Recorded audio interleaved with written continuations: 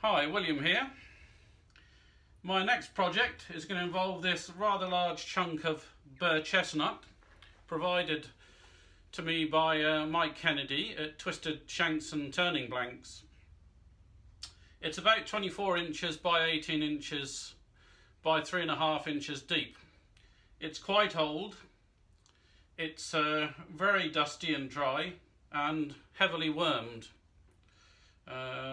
The worm is dead, so I don't have to particularly worry about that, but having looked at the bit of wood for a half an hour or so, I've decided to try and turn it into one piece rather than cut it up and try and turn it into some smaller items. Now, mounting this on the lathe is going to be a bit of a struggle because there's not much at the back to grab hold of. So what I've decided upon is to mount it on a piece of marine ply using screws and glues to make sure it's firmly attached, and then put the faceplate onto the plywood. Good morning, a brighter, sunnier day down here in Somerset.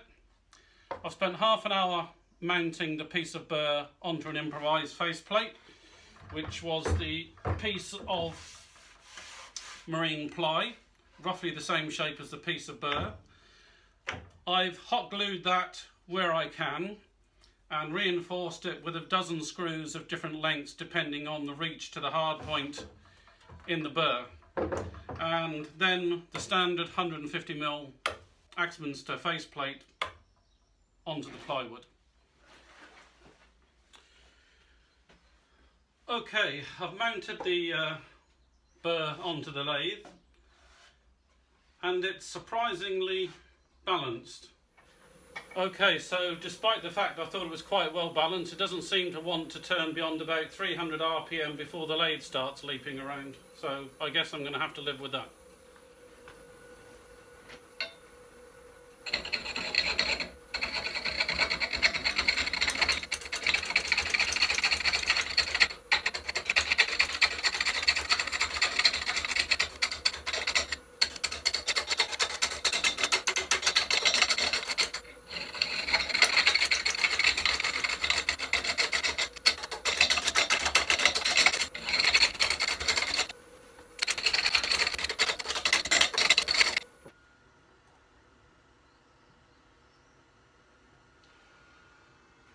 Some of the bark is a little bit loose on the edge. I don't want to lose it, so I'm just using some thick CA glue to fill the gaps.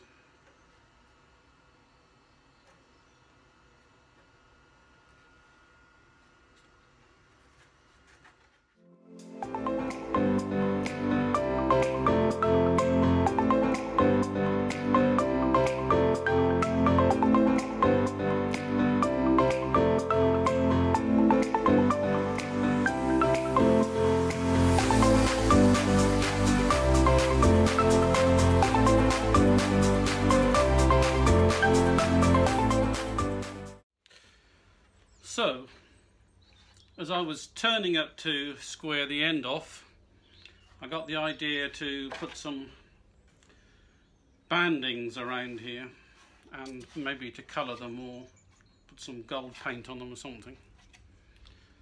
So this is evolution, I guess.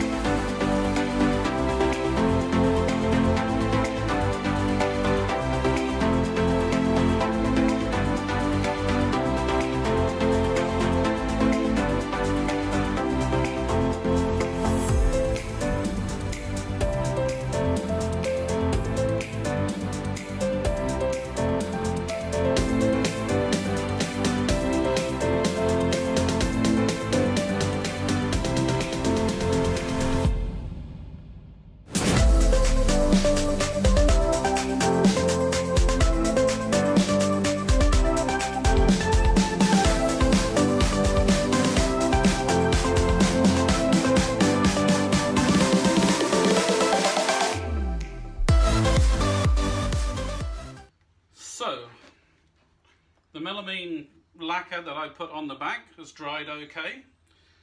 I'm still undecided whether or not to put a second coat on there, but at the moment I'm inclined not to.